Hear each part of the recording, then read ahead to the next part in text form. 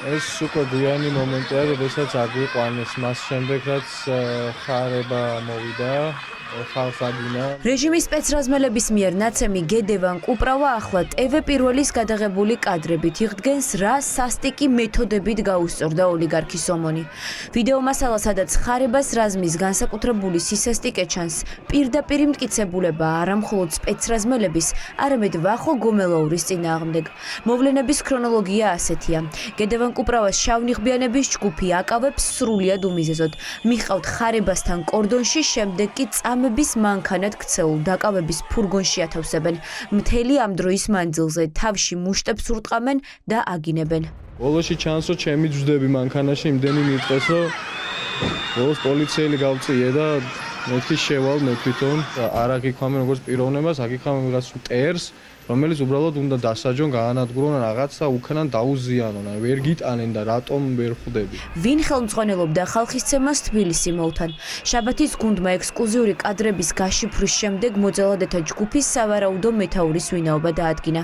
კადრებში ჩანს ხარებას მარჯვენა ხელი იოსებ მარგველაშვილი. ის უშუალო მითითებებს ხარებასგან იღებს და წამების მანქანებთან არსებულ მოძალადე სპეცრაზმელებს აკონტროლებს. ვეკითხებოდნენ რა გინდა, რამე მიზეზი ხონდა არსებობდეს, მე არაფერი არ მithქვას, არაფერი არ გამიკეთებ, რატომ ეტყავს ამ პროცესში აგზელებს, უბრალოდ გიყურებს და გირტყავს ადამიანია. აი კარი ძალიან უცნაური მანიაკალური გამოვლენა ამათი სისტემის, რასაც აკეთებენ. მათ ფარგლებშიც კი ვზივარ გამოხატვის, რომელიც ძალიან სასაცილოა, მაგრამ მიუხედავად ამისა, მათთვის არა აქვს რა მნიშვნელობა. ხელში თუ მოხვდი, აი ეგეთი რაღაც დაგემართება, რაც მე დამემართა. ვინ არის იოსებ მარგველაშვილი, ვინც ხალხის ცემის დავალებას ასრულებდა. შაბათის ეთერის ჟურნალისტური გამოძიებით სპეცრაზმის ერთ-ერთი დანაყოფის მეთაური იყო მაშინ, როდესაც ხალხს სისხლიანი ნოემბერი მოუწყვეს. მაშინ ჩვენ კადრებით დავადგინეთ, რომ დანაყოფს, რომელიც პარლამენტის უკან ხალხს ბნელ ჩიხებში დასდევდა და აწამებდა, სწორედ მარგველაშვილი მეთაურობდა. როდესაც ნიღაბი უკეთია, ის ხალხს ცემს. უნიღბოდ კამერის დანახვისთანავე კი გარბის. ასე მოიქცა შაბათის ეთერის გადამღები ჯგუფის წინაც, როდესაც სახლთან მყოფ ჟურნალისტებს ჭუჭრუტანიდან უთვალთვალებდა. მხოლოდ პიროტექნიკიან ბავშვებთან ხართ ყოჩაღი, ჩემი გეშინიათ?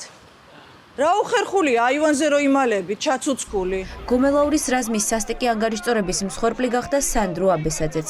პირველებთან ინტერვიუში აქციის მონაწილე ყვება, რომ ძალადობრივად წაქცეულს გედედეს თანამშრომლების სახეზე ფეხებით შედგნენ, რა დროსაც გონება დაკარგა და იზოლატორის ნაცვლად საავადმყოფოში აღმოჩნდა. თავი დავარტყი ტროტუარის კუთხეს. ჩვეულებრივ მაგ დროს კონზე ვიყავი და რამოდენიმე წამში წამოდგომა რო დავაპირე, ისევ მომასწვნე და ფეხით შემდგნი და მაგ დროს დავკარგე გონება. კონზე რომ მოვედი მე 5-6 წამის მერე ალბათ. ისევ ჩემსკენ მოდიოდნენ და ფეხით მდგებოდნენ სახეზე. გომელაურის რაზმის წევრებმა თბილისი მოვთან აქციაზე დაკავებულების ნაწილს იმდენად მძიმე დაზიანებები მიაყენეს, რომ იზოლატორებში გადაყვანა ვეღარ გავედეს და ნაცემი ხალხი პირდაპირ კლინიკებში გადაანაწილეს.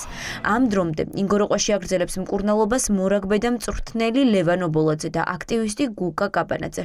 ორივე მათგანი მძიმე ტვინის შერყევის დიაგნოზით. ჩვენი მეგობარი დაიჭირეს ადამიანი, რომელსაც ძალიან ბევრი თაობები ყავს, გაზრდილი მორაგბეა, მწვრთნელი ლევან ობოლაძე. არა თუ ქუჩაზე საერთოდ ტყეში იდგა და რატო დაიჭირეს დღემდე ვერ გავიგე და თან ცოტა მოარტყეს რაც ემიც არის და უშინ რაი სამავთყოფოში ვიყავი მთელი რაგბის თემი. მის მიმართულებითაც განხორციელდა ფიზიკური ანგარიშწორება, აისახა კიდეც მის ჯანმრთელობაზე.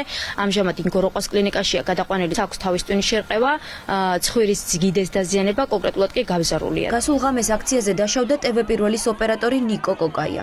ტვინის შერყევის დიაგნოზით პირველების ოპერატორი მკურნალობას კლინიკა ვივამედში გადის.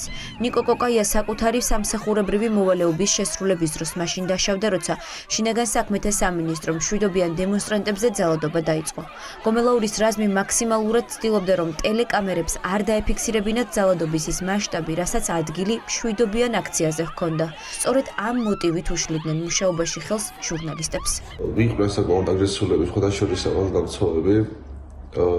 ხშირ შემთხვევაში ჩვენც გვიშლიდნენ ხელს, რომ გადაგვეღო, ანუ ხელს კრავდნენ მსგავსი სიტუაციები. მამ ჩოჩკოსა და დაკავებების სერიის დაწყებაში თავი არ მახსოვს დავარტყი თუ მოხდა ხაც მაგრამ ვიზენ ძალიან დიდი ტკივილი თავის არეში რაღაც გამოიწვია ჩემი გონების კარგვა თვალბუდის დაზიანებით, სახისვლის მოტეხილობებით, მრავლობითი დაბეჟილობებით და ტვინის შერყევით დასრულდა მშვიდობიანი დემონსტრანტების წინააღმდეგ მოწყობილი ანგარიშწორება. ხალხი რეჟიმს ეუბნება, რომ მათ ამ ძალადობას უკუშედეგი აქვს და ხვალ ქუჩაში კიდევ უფრო მეტი ადამიანი გამოვა.